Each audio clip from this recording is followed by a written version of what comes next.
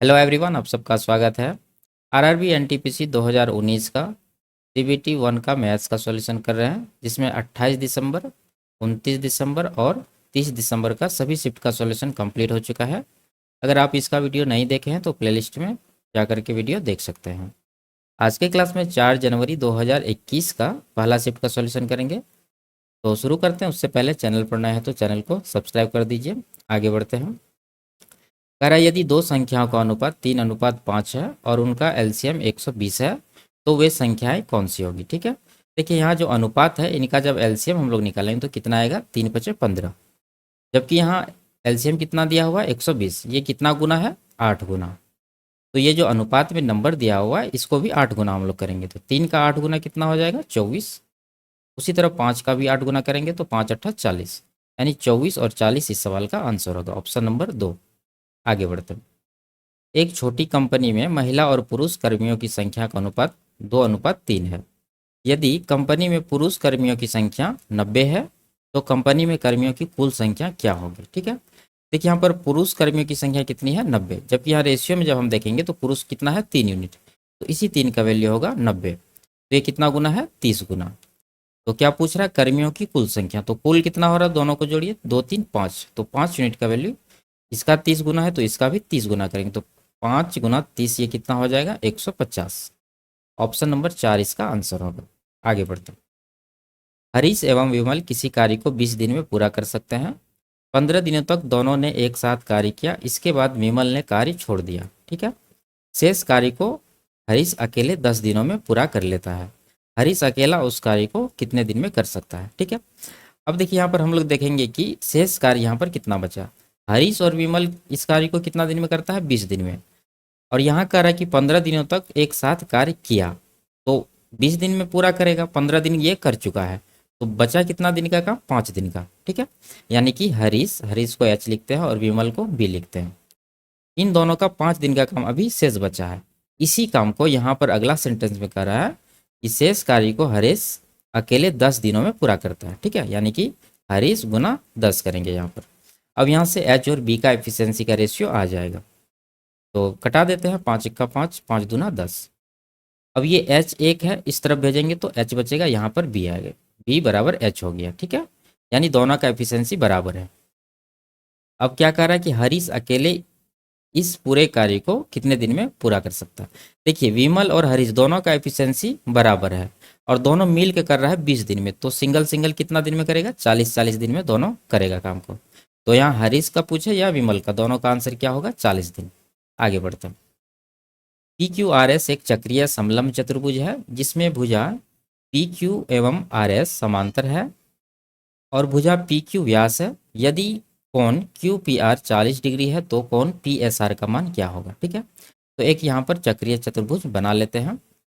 इसमें क्या कह रहा है कि पी क्यू व्यास है, तो यहाँ पर एक व्यास बना लेते हैं। इसका नाम हम लोग पहले दे देते हैं पी क्यू। अब यहाँ पर पी क्यू आर एस एक चक्रीय समलंब चतुर्भुज है, तो समलंब के जैसा ही बनाना होगा। इस तरह से यहाँ पर खींच देते हैं, पी क्यू इधर आर रख देते हैं, यहाँ पर एस, यानी ये दोनों भुजा समांतर होगी। यहाँ पर समलंब चतुर्भुज में आमने सामने का भुजा एक तरफ का समांतर होता है। अब आगे देखिए, आगे कह रहा है कि यदि कोण क्यू पी आर 40 है, क्यू पी आर कहाँ पर है, क्यू पी आर, यानी इसको मिलाना होगा। ठीक है, और ये कोण यहाँ पर दिया हुआ है 40 डिग्री। तो पी एस आर ये कोण का मान पूछ रहा है, तो मान लेते हैं ये थीटा है। अब देखिए यहाँ पर त्रिभुज पी क्यू आर में ये अर्धवृत्त में कोण बन रहा है, मतलब अर्धवृत्त में बना एक त्रिभुज है। तो अर्धवृत्त में जब त्रिभुज बनता है तो उसके परिधि पर का कोण हमेशा क्या होता है, 90 डिग्री का समकोण होता है।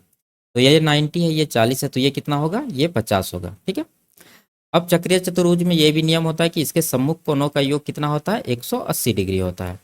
यानी कि ये कोण पी एस आर और ये कोण जो 50 डिग्री निकला हुआ पी क्यू आर, इन दोनों का योग 180 होना चाहिए। तो ये इसमें ये कोण निकालना है जिसमें एक कोण दिया हुआ 50, तो 180 में हम लोग 50 माइनस करेंगे तो 130 डिग्री ये दूसरा वाला कोण का आएगा, यानी ये कोण जो है 130 डिग्री है। ऑप्शन नंबर 3 इसका आंसर होगा। आगे बढ़ते हैं। टोकरी में रखा एक आम हर 1 मिनट में 2 गुना हो जाता है। यदि टोकरी 30 मिनट में पूरी तरह से आम से भर जाती है तो आधी टोकरी भरने में कितने मिनट लगे होंगे।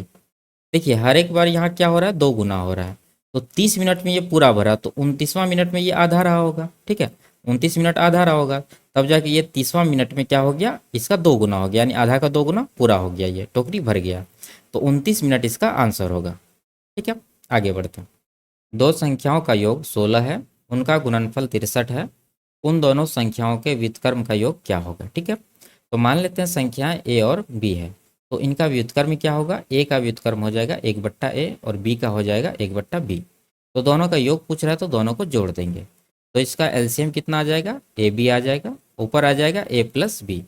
ठीक है, यानी कहने का मतलब है ऊपर में ये दोनों संख्याओं का योग आएगा, जो कि यहाँ पर दिया हुआ कितना 16, तो ऊपर 16 आ जाएगा, नीचे आ जाएगा गुणनफल 63। ठीक है, तो 16/63 इस सवाल का आंसर होगा।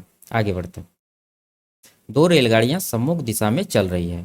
रेलगाड़ी ए की चाल 80 किलोमीटर प्रति घंटा और रेलगाड़ी बी की चाल 70 किलोमीटर प्रति घंटा है। दोनों एक दूसरे को पार करने में 30 सेकंड का समय लेती है। यदि रेलगाड़ी ए की लंबाई 300 मीटर है तो रेलगाड़ी बी की लंबाई ज्ञात कीजिए। ठीक है, देखिए दोनों सम्मुख दिशा में चल, यानी दोनों एक दूसरे की ओर चल रही है।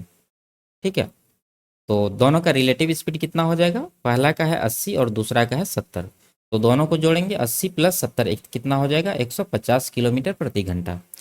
और यहाँ टाइम सेकंड में दिया हुआ, तो चाल को भी मीटर प्रति सेकंड में बदलना होगा, तो उसके लिए यहाँ पर 5/18 से गुना करेंगे। ठीक है, तो ये इसका रिलेटिव चाल आ गया मीटर प्रति सेकंड में। अब यहाँ पर हम लोग देखते हैं कि ये 30 सेकंड में एक दूसरे को पार कर रही है, तो हम लोग देखेंगे कि ये ट्रेन 30 सेकंड में कितना दूरी कवर कर रही है, तो उसके लिए यहाँ पर समय से गुना करना पड़ेगा। ठीक है, अब कटाते हैं इसको, 6×3 = 18, 6×5 = 3 से कटा देंगे इसको 50 बार में, तो 5×5×5 125 और उस पर 1 जीरो, यानी 1250 मीटर का डिस्टेंस दोनों रेलगाड़ी कवर किया है। तो उसमें एक रेलगाड़ी की लंबाई दिया हुआ है 300 मीटर, तो इसमें एक रेलगाड़ी आ गया 300 मीटर का, तो दूसरा कितना बचा, इसमें माइनस कर देंगे, तो वो आ जाएगा 950 मीटर। तो 950 मीटर इस सवाल का आंसर है। ठीक है, आगे बढ़ते हैं। 27% निकालना है 250 का और 0.02% निकालना है 1000 का। ठीक है, तो 27% निकाल देते हैं 250 का, नहीं तो आप ऐसे करिए, यहाँ से परसेंटेज को हटा के 250 में लगा दीजिए, तो इससे आसान हो जाएगा। तो यहाँ देखिए 27 का निकालना है और 250% को फ्रैक्शन में लिखेंगे तो ये आएगा कितना 5/2, यानी 27 का 5/2 निकालना है, तो ये आ जाएगा कितना 27×5 = 135/2। डिवाइड करेंगे तो ये आएगा 2×6 = 12, 2×7 = 14, यानी 67.5। ठीक है, अब इसमें माइनस करना है ये, तो ये कितना आ जाएगा, देखिए यहाँ परसेंटेज के लिए 2 जीरो हटा दीजिए और 10 गुना इसको करेंगे 0.02, तो कितना आ जाएगा, ये आ जाएगा 0.2। अब इसमें माइनस करेंगे तो 67.3 इसका आंसर होगा, ऑप्शन नंबर 3। आगे बढ़ते हैं। दो संख्याओं का योग 25 है और इनके बीच का अंतर 15 है, तो दोनों संख्याओं का अनुपात क्या होगा। ठीक है, देखिए बड़ी संख्या निकालने के लिए दोनों को जोड़ के 2 से डिवाइड करिए, 25, 15, 40, 40 को 2 से डिवाइड करेंगे तो 20, यानी पहली संख्या यानी बड़ी संख्या होगी 20। छोटी संख्या निकालने के लिए दोनों का अंतर लीजिए, 25 में 15 माइनस करेंगे तो बचेगा 10, 10 को 2 से डिवाइड करेंगे तो यह आएगा कितना 5, यानी दोनों नंबर आ गया कितना 20 और 5। तो इन दोनों का रेशियो पूछ रहा है, तो कितना आ जाएगा 20:5, कटा देते हैं इसको, 5 चौके 20, 5 एक्का 5, तो 4:1 इस सवाल का सही आंसर है। ठीक है, आप इसको a+b मान के भी कर सकते हैं, जैसे a+b = 25, फिर a-b = 15, जहाँ a जो है वो b से बड़ी है, ऐसा लिखना पड़ेगा। उसके बाद यहाँ पर जोड़ेंगे तो ये कट जाएगा, फिर 2a हो जाएगा बराबर 25, 15, 40 और a बराबर हो जाएगा 40/2। ठीक है, यही बात यहाँ पर लिखा गया है डायरेक्टली। आगे बढ़ते हैं। एक खंबे के शीर्ष का उसके पाद बिंदु से 20 मीटर की दूरी पर स्थित एक बिंदु से उन्नयन कोण 45 डिग्री है, खंबे की ऊंचाई ज्ञात कीजिए। ठीक है, तो ये खंबे के शीर्ष का, यहाँ पर एक खंबा बना लेते हैं और उसके पाद बिंदु यानी बेस से 20 मीटर दूर इधर इस तरफ यहाँ मान लेते हैं एक बिंदु है, इसको मिलाइए, इस दूरी से ये खंबे का शीर्ष का उन्नयन कोण कितना है 45 डिग्री, ऐसा सवाल में कह रहा है। तो ये कोण हो गया 45 डिग्री, तो ये 90 ही होता है, ये 45 है तो ये भी कितना हो गया 45 हो गया। अब यहाँ ये दूरी दिया हुआ है 20 मीटर, ये डिस्टेंस, तो पूछ क्या रहा है खंबे की ऊंचाई, तो ये कितना होगा, ये खंबे का ऊंचाई भी 20 मीटर ही होगा, क्योंकि यहाँ पर कोण दोनों बराबर है और 1:1 का रेशियो बनेगा, 1:1 और √2 का रेशियो होता है 45, 45, 90 में। ठीक है, इसको याद रखना है। आगे बढ़ते हैं। एक व्यापारी द्वारा खरीदी गई 20 वस्तुओं की लागत मूल्य 15 वस्तुओं के विक्रय मूल्य के बराबर है। व्यापारी को डैश होगा। देखिए यहाँ पर जो है 20 वस्तुओं का लागत मूल्य 15 वस्तुओं के विक्रय मूल्य के बराबर है, तो विक्रय मूल्य इसका हो जाएगा 20 और इसका लागत मूल्य हो जाएगा कितना 15।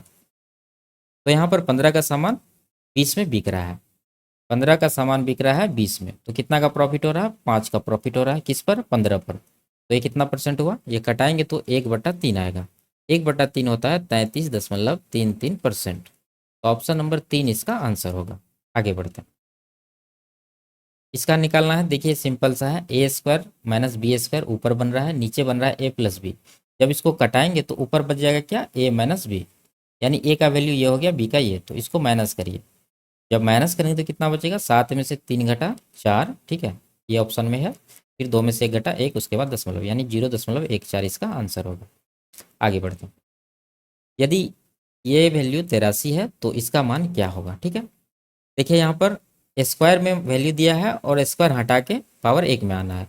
तो हम लोग यहाँ पर क्या करते हैं, ये जो अंक यहाँ दिया है इसमें या तो जो 2 जोड़ देते हैं या 2 घटा देते हैं, और हम देखते हैं कि यहाँ स्क्वायर बन रहा है कि नहीं बन रहा है। अगर इसमें 2 जोड़ेंगे तो 85 होगा, तो 85 होगा तो स्क्वायर संख्या नहीं है वो, तो इसमें 2 माइनस करना पड़ेगा। जब 2 माइनस करेंगे तो यहाँ पर जो ये वैल्यू आएगा स्क्वायर हट के, यानी एक्स वाई और 1/xy, इसके बीच में क्या पड़ेगा, इसके अनुसार जब माइनस करेंगे तो ये माइनस में आएगा, ठीक है, जब प्लस करेंगे यहाँ पर तो ये प्लस में आएगा। तो इसी का वैल्यू पूछ रहा है, तो ये कितना हो जाएगा, जब 83 में 2 माइनस करेंगे तो बचेगा 81, और इसका वर्गमूल लेना रहता है। 81 का वर्गमूल कितना होगा, 9। तो जो पूछ रहा है उसका आंसर क्या होगा, 9। ऑप्शन नंबर डी इसका आंसर है। आगे बढ़ते हैं, एक कालीन की लंबाई इतना मीटर है, इसे इतना मीटर लंबाई वाले कालीन के टुकड़ों में कितने टुकड़े बनाए जा सकते हैं। देखिए टोटल लंबाई कितना है, 20 दूना 40 5 45/6, 45/2, ठीक है, और एक टुकड़े की लंबाई 2 चौके 8 1 9/2, डिवाइड कर दीजिए तो संख्या निकल जाएगा। तो 2 से 2 कट जाएगा, 9 से कट जाएगा 5 बार में, तो कुल मिला के कितना टुकड़ा बनाएगा, 5। ऑप्शन नंबर डी इसका आंसर है। आगे बढ़ते हैं, एक कक्षा में 48 छात्र हैं, किसी एक दिन छात्रों की उपस्थिति उनकी कुल संख्या का 3/8 है, तो उस दिन अनुपस्थित छात्रों की संख्या क्या होगी। देखिए 3/8 क्या है, उपस्थित है, तो अनुपस्थित कितना होगा, अनुपस्थित होगा 5/8, ठीक है, यानी एक में ये 3/8 माइनस करेंगे तो कितना बचेगा, 5/8, वही अनुपस्थित था। तो यहाँ पर टोटल छात्र है 48, उसका 5/8 निकालेंगे क्योंकि अनुपस्थित के बारे में पूछ रहा है। तो 8 छक्के 48, 6 पंचे 30 इस सवाल का आंसर होगा। एकदम साधारण सा सवाल पूछा गया है।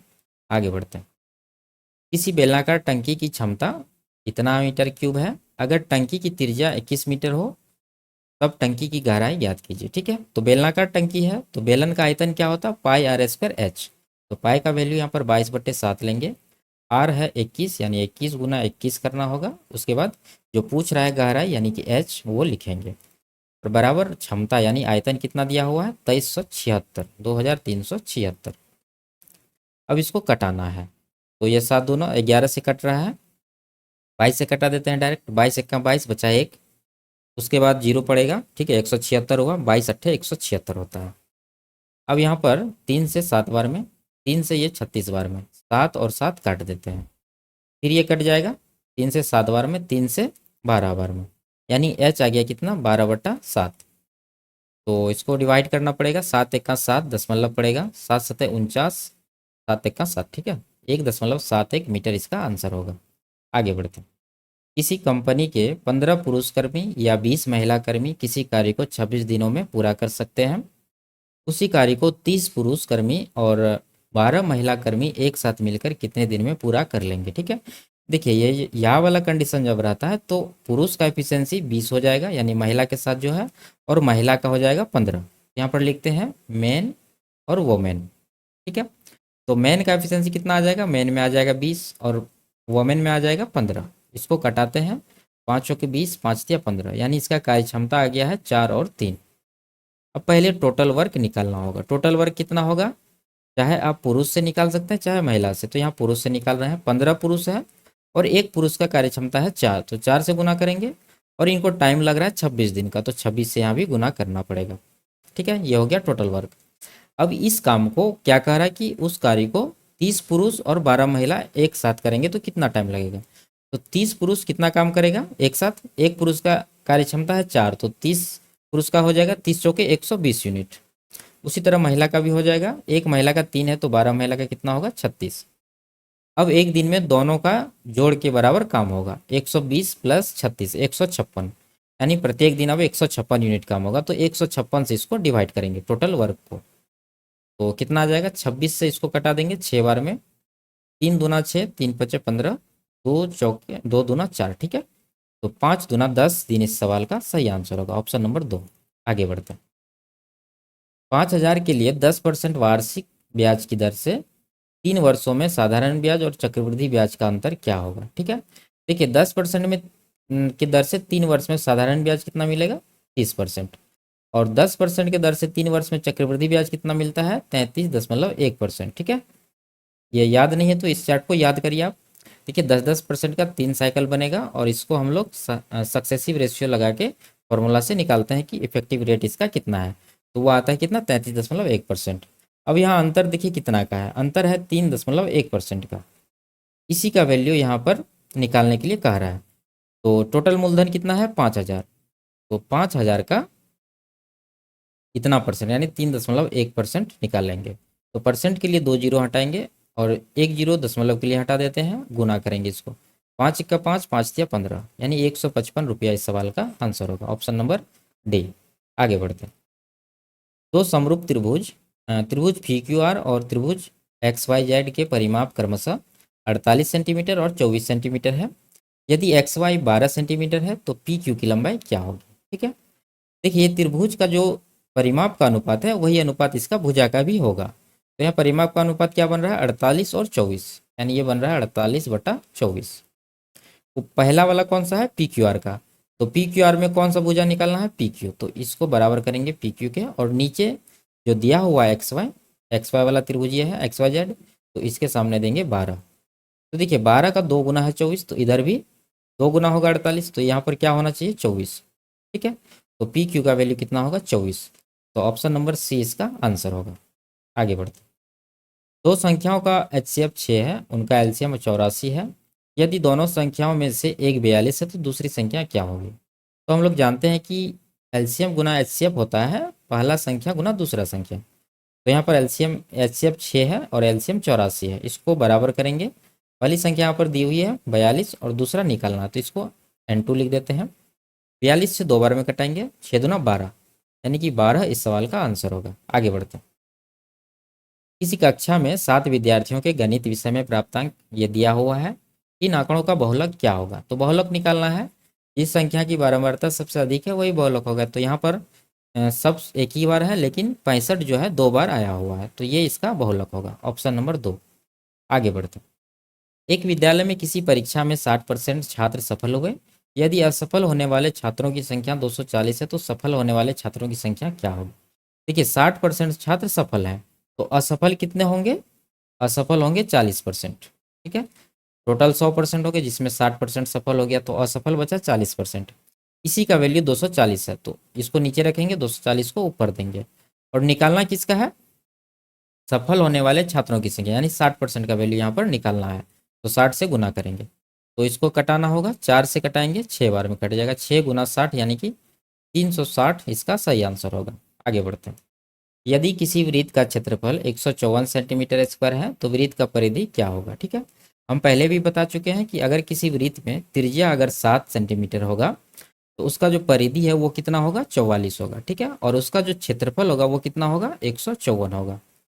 अब त्रिज्या को जिस अनुपात में बढ़ाएंगे उसी अनुपात में इसका परिमाप भी बढ़ेगा, लेकिन एरिया उसके स्क्वायर के अनुपात में बढ़ेगा।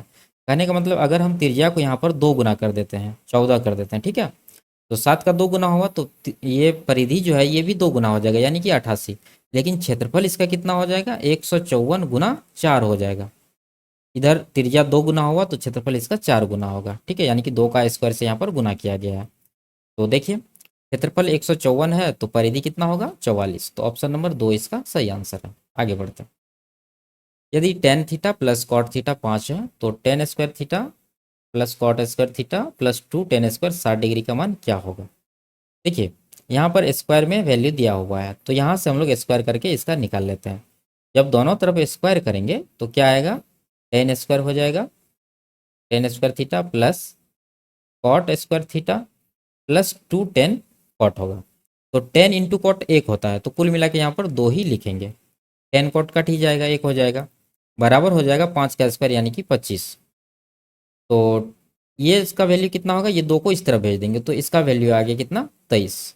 ठीक है, यानी 25 माइनस 2 23 आ गया। अब ये value 10 square plus cot square का यहाँ पर रखते हैं, कितना आया है, 23 आया है, प्लस 2 10 60 का मान कितना होता है, √3।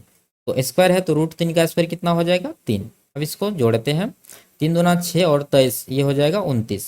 तो 29 इस सवाल का सही आंसर, ऑप्शन नंबर डी। आगे बढ़ते हैं। बड़ी संख्या को छोटी संख्या से भाग देने पर भागफल के रूप में 6 और शेषफल के रूप में 5 प्राप्त होता है। यदि दोनों संख्याओं के बीच का अंतर 1540 है तो छोटी संख्या ज्ञात कीजिए। ठीक है, तो मान लेते हैं संख्या जो है ए और बी है, यहाँ पर ए बी से बड़ी है, इस तरह से लिखते हैं। तो दोनों का अंतर यहाँ पर 1540 है, यानी कि पहला समीकरण हो जाएगा a माइनस बी बराबर 1540। ठीक है, अब दूसरा देखिए, यहाँ से आएगा छोटी संख्या से भाग देने पर भागफल के रूप में 6 आता है और शेषफल में 5 आता है। तो बड़ी संख्या बराबर हो जाएगा, यानी कि a बराबर हो जाएगा, कितना भागफल आता है, 6। ठीक है, भागफल में 6 आ रहा, तो 6b, a बराबर हो जाएगा 6b प्लस शेषफल क्या है, 5। इस तरह का यहाँ पर दूसरा समीकरण बनेगा। ठीक है, तो अब क्या करेंगे, निकालना है छोटी संख्या यानी b का वैल्यू निकालना है। तो हम लोग क्या करते हैं यहाँ पर कि a का वैल्यू यहाँ से पहला समीकरण में रख देते हैं इसमें। तो ये बन जाएगा कितना, 6b प्लस 2। तो ये दोनों वैल्यू यहाँ पर जाएगा उठ के। ठीक है, और b माइनस में पहले से है तो 6b में एक b माइनस कर देते हैं हम लोग, तो बच जाएगा यहाँ पर 5b। उसके बाद प्लस 5 होगा, बराबर हो जाएगा कितना, 1540। ठीक है, तो यहाँ से b बराबर कितना होगा, 5 इसमें माइनस करिए, 1535 बचा, और ये 5 इस तरफ आएगा भाग में, तो 5 दिया 15 और 0 आएगा, 5 7 35। तो b का वैल्यू कितना आया, 307, जो कि है छोटी संख्या। तो ऑप्शन नंबर 3 इसका सही आंसर है। ठीक है, आगे बढ़ते हैं। इसका मान निकालना है तो पहले यहाँ गुना कर लेते हैं, 15 गुना 14 कितना हो जाएगा, 150 और 60 210। उसके बाद यहाँ पर माइनस 30 है। ठीक है, प्लस 3 या 9 17 26 हो जाएगा ये। तो कुल मिला के 206 इसका आंसर होगा। आगे बढ़ते हैं। यदि ये दिया हुआ तो n का मान क्या होगा, तो यहाँ से रूट हटाने के लिए हम लोग क्या करेंगे, दोनों तरफ स्क्वायर करेंगे। तो स्क्वायर जब करेंगे तो यहाँ पर आ जाएगा 3 पर पावर n बराबर 729 का स्क्वायर। तो 3 पर पावर n बराबर, अब 729 को 3 के पावर में लिखेंगे, तो 3 पर पावर 6 होता है 729। ठीक है, 3 पर पावर 2 हो गया 9, 9 को 3 बार गुना करेंगे तो 729 होगा, यानी कि 3 पर पावर 2 को 3 बार गुना करना, तो 3 पर पावर कितना बन जाएगा, 6। और यहाँ पहले से स्क्वायर है। ठीक है, एक बार लिख देते हैं, 3 पर पावर 6 का स्क्वायर करना है, तो ये आ जाएगा 3 पर पावर 12। अब देखिए यहाँ पर आधार बराबर है तो n का वैल्यू कितना हो जाएगा, 12। तो ऑप्शन नंबर 2 इसका सही आंसर है। आगे बढ़ते हैं। इसका मान निकालना है तो साइन 23 है ऊपर में, नीचे कॉस 67 है, तो कॉस 67 को लिख देते हैं साइन 23। ठीक है, पूरक में बदल दिए। उसी तरह से यहाँ भी करेंगे, कॉस 71 है ऊपर, नीचे साइन 19 है, तो साइन 19 को लिख सकते हैं क्या, कॉस 71। कैसे लिखते हैं इसको, साइन है तो कॉस लिखेंगे, और ये यहाँ 19 है तो इसको 90 डिग्री में से घटा के यहाँ पर लिखते हैं, इसको पूरक करते हैं। ठीक है, अब देखिए ऊपर 23 साइन 23 है, नीचे भी साइन 23 है, तो दोनों कट जाएगा, यहाँ भी cos 71 कट जाएगा, तो कुल मिला के 1 + 1 यानी कि 2 इस सवाल का आंसर होगा। आगे बढ़ते हैं। एक बैंक किसी व्यापारी को 12,50,000 की धनराशि 5 वर्षों के लिए 5% की वार्षिक दर पर ऋण देता है। यहाँ कुल दे साधारण ब्याज कितना होगा। ठीक है, 5 वर्ष में 5%, टोटल ब्याज कितना मिलेगा, 5 गुना 5 25%। इसका फ्रैक्शन हो जाएगा 1/4। कहने का मतलब ये जो धनराशि दिया हुआ इसका कितना निकालना है, 1/4। तो 12,50,000 को 4 से डिवाइड करेंगे तो कितना आ जाएगा, ये 4 तिया 12 के बाद 4 1 4, 4 दूना 8, 4 पंचे 20, यानी कि ये आ गया 3,12,500। तो ऑप्शन नंबर बी इसका सही आंसर है। आगे बढ़ते, इसका वैल्यू निकालना है। ठीक है, देखिए यहाँ पर 3√2 + 2 है, यहाँ 3√2 - 2 है, तो यहाँ a + b into a - b का फॉर्मूला लगाएंगे, तो कितना हो जाएगा, ये हो जाएगा 3√2 का स्क्वायर - 2 का स्क्वायर। ठीक है, और कोष्टक के बाद दिया हुआ है ऑफ के साथ 13, तो इसको गुना 13 लिख देते हैं प्लस 15, इसको सॉल्व करना है। तो इसका कितना हो जाएगा, 3 तिया 9, 9 दूना 18, 18 - 4, 18 - 4 करेंगे तो कितना आएगा, 14, 14 गुना 13 करना है, उसमें 15 जोड़ना है। तो ये 4 तिया 12, 2 5 7, इकाई अंक 7 आ रहा है, तो ऑप्शन नंबर 1 में इकाई अंक 7 है। तो 197 वैसे कैलकुलेट करने के बाद भी आएगा। आगे बढ़ते हैं। यदि x प्लस 1/x 9 है तो x square plus 1/x square का मान क्या होगा? ठीक है, तो ये क्या हो जाता है, 9 का स्क्वायर माइनस 2 करेंगे तो 81 माइनस 2, ये कितना हो जाएगा, 79 यानी 79। ठीक है, तो ऑप्शन नंबर डी इसका आंसर होगा। इस तरह से समझिए, यहाँ लिख देते हैं। अगर x प्लस 1/x बराबर k रहे तो x square plus 1/x square बराबर हो जाता है k का स्क्वायर माइनस 2। ठीक है, यही यहाँ पर लगाया गया है। आगे बढ़ते हैं। तो ये लास्ट सवाल था। वीडियो आपको कैसी लगी कमेंट में ज़रूर बताइए। अच्छी लगी तो वीडियो को लाइक और चैनल को सब्सक्राइब कर दीजिए। फिर मिलते हैं अगले क्लास में, तब तक के लिए बाय बाय, टेक केयर।